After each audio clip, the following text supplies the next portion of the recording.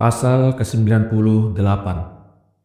Mukjizat Yesus, 5 potong roti dan 2 ekor ikan mencukupi kebutuhan kira-kira 5.000 orang, selain perempuan dan anak-anak. Dan ketika ia selesai mengatakan demikian, maka pulanglah khalayak ramai itu bersama imam, hakim, dan Herodes, sedang mereka masih memperbincangkan tentang Yesus dan ajaran-ajarannya. Dari itu imam mengemukakan keinginannya kepada hakim untuk menulis semua persoalan itu ke Roma kepada majelis orang-orang tua, keinginan yang mana telah dilaksanakan oleh hakim.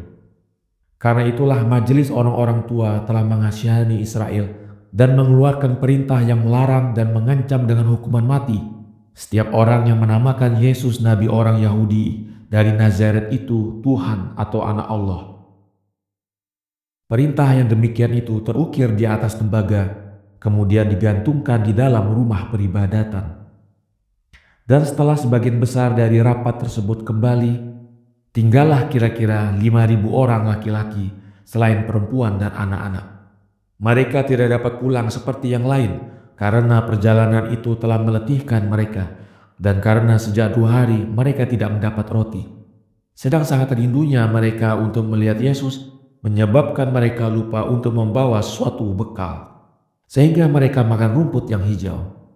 Ketika Yesus melihat keadaan yang demikian, maka terdoronglah oleh rasa kasih sayangnya kepada mereka. Ia mengatakan kepada Filipus, "Di manakah kita bisa dapat roti untuk orang-orang ini agar mereka tidak mati kelaparan?" Filipus menjawab, "Wahai Tuanku, bahwa 200 keping dari emas tidak akan cukup untuk membeli roti yang dapat menutupi kebutuhan mereka." Dan berkatalah Andreas di saat itu, "Di sini ada seorang pemuda yang mempunyai 5 potong roti dan 2 ekor ikan. Akan tetapi sampai di mana itu di tengah-tengah bilangan manusia yang sebesar ini?" Yesus menjawab, "Suruhlah khalayak ini untuk duduk." Maka duduklah mereka, bergerombol-gerombol 50-50 dan 40-40 orang. Di saat itu Yesus berkata, "Dengan nama Allah." Lalu diambilnyalah roti itu, kemudian ia mendoa kepada Allah, kemudian dipotongnya roti itu dan diberikan kepada para murid. Kemudian para murid membagi-bagikannya kepada halayak ramai. Dan begitulah pula diperbuatnya 2 ekor ikan, sampai mereka semuanya makan dan kenyang. Pada waktu itu Yesus mengatakan, "Kumpulkanlah sisanya." Maka oleh para murid dikumpulkanlah sisa-sisa itu, sehingga memenuhi 12 keranjang. Di waktu itu setiap orang meletakkan tangan pada kedua matanya sambil bertanya-tanya, "Apakah aku ini terjaga atau bermimpi?" Mereka semuanya tinggal selama 1 jam seperti orang gila disebabkan oleh mukjizat yang besar itu. Dan setelah Yesus bersyukur pada Allah, maka ia menyuruh mereka pulang, kecuali 72 orang yang tidak mau meninggalkan dia. Dan ketika Yesus melihat keimanan mereka, dipilihlah mereka itu menjadi murid-murid. Pasal ke-99. Yesus menyendiri di sebuah gua di padang belantara di Teroas dekat Yarden. Memanggil ke-72 orang itu bersama ke-12 muridnya datang ke sana. Lalu Yesus berceramah kepada mereka, kisah Nebukadnezar Raja Babil membakar rumah peribadatan yang kudus. Maka ketika Yesus menyendiri di sebuah gua di padang belantara di Teroas dekat Yarden, dipanggillah olehnya ke-72 orang itu bersama ke-12 muridnya. Dan setelah ia duduk di atas sebuah batu, ia menyuruh mereka duduk di sampingnya sambil membuka mulutnya seraya bernafas panjang. Katanya, "Sungguh kita hari ini telah menyaksikan suatu dosa yang besar di Yudea dan Israel. Dosa itu mendebarkan hati yang ada di dadaku karena takut kepada Allah. Sungguh kukatakan kepadamu bahwa Allah cemburu atas kemuliaannya dan mengasihi Israel sebagai kekasih yang asyik. Sedang kamu mengetahui bahwa apabila seorang pemuda itu mencintai seorang perempuan yang tidak membalas cintanya, bahkan mencintai orang lain, akan timbullah kemarahannya dan membunuh lawannya. Bahwa aku mengatakan kepadamu, begitulah Allah berbuat. Sebab di waktu Israel telah mencintai sesuatu yang karenanya mereka lupa kepada Allah, maka dibinasakanlah sesuatu itu olehnya. Benda apakah di sini, di atas bumi ini yang disukai oleh Allah lebih dari jabatan keimaman dan rumah sembahyang yang kudus? Dan kendati pun demikian, namun ketika masyarakat itu lupa akan Allah di zaman Nabi Yeremia dan membangga-banggakan rumah peribadatannya saja, disebabkan rumah itu tidak ada bandingannya di seluruh dunia, maka hal itu membangkitkan kemarahan Allah melalui Nebukadnezar Raja Babil dan memenangkannya bersama tentaranya atas negeri yang kudus.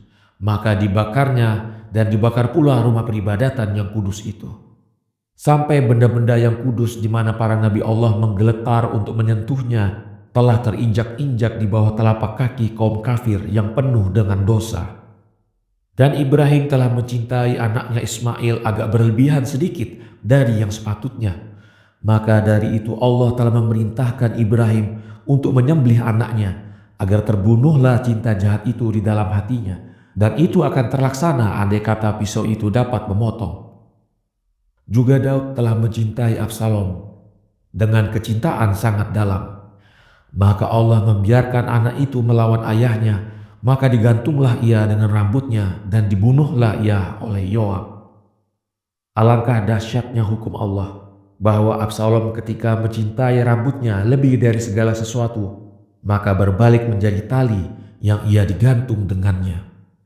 Dan Ayub yang baik hampir melebihkan kecintaannya kepada anak-anak lelakinya yang 7 dan anak-anak perempuannya yang 3 itu. Maka oleh Allah diserahkannya lah dia kepada setan, sehingga tidak saja ia mengambil daripadanya anak-anak dan kekayaannya dalam 1 hari, tetapi ia pula menyerangnya dengan suatu penyakit yang berat, sehingga ulat-ulat itu keluar dari jasadnya selama 7 tahun. Dan bapa kita Yakub telah mencintai anaknya Yusuf lebih dari anak-anaknya yang lain. Dari itu Allah telah mentakdirkan anaknya itu terjual, dan ia menjadikannya Yakub tertipu oleh anak-anaknya itu sendiri. Sehingga ia mempercayai bahwa suatu binatang buas telah menerkam anaknya, karenanya ia tinggal 10 tahun dalam keadaan menangis. Pasal ke-100. Dosa Israel itu melebihi dosa-dosanya yang lain 3 kali ganda. Demi Allah, wahai saudara-saudara, sesungguhnya aku pun takut Allah murka kepadaku.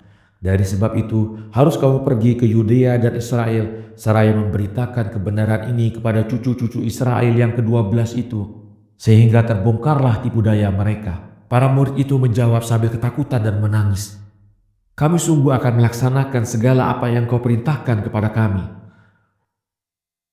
Kemudian Yesus mengatakan, "Marilah kita sembahyang dan berpuasa selama 3 hari. Kemudian dari sekarang dan seterusnya, hendaknya kita sembahyang kepada Allah 3 kali apabila terlihat bintang utama itu tiap malam."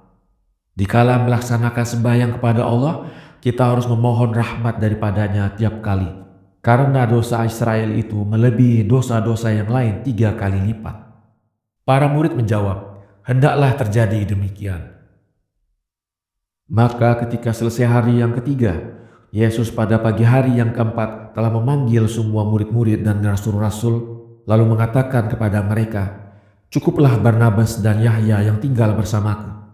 Adapun kamu, maka bolehlah keliling di negeri-negeri Samaria, Yudea dan Israel seluruhnya, memberitakan kepada mereka perihal tobat, karena sebenarnya kapak itu terletak dekat dari pokok yang akan engkau potong. Dan sembahyanglah kamu untuk orang-orang yang sakit, karena Allah telah memberikan aku kekuasaan atas segala penyakit."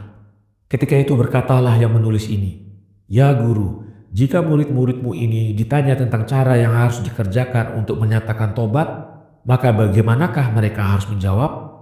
Yesus menjawab, "Jika seorang menghilangkan sebuah kantung, apakah ia harus memutar-mutar mata untuk melihatnya, atau tangannya untuk mengambilnya? Lidahnya untuk menanya-nanyakan saja? Tidak, sekali-kali tidak. Tetapi ia menoleh-noleh dengan seluruh badannya dan menggunakan seluruh dayanya untuk menemukannya." Betulkah ini? Penulis ini menjawab, "Itu adalah benar sepenuhnya."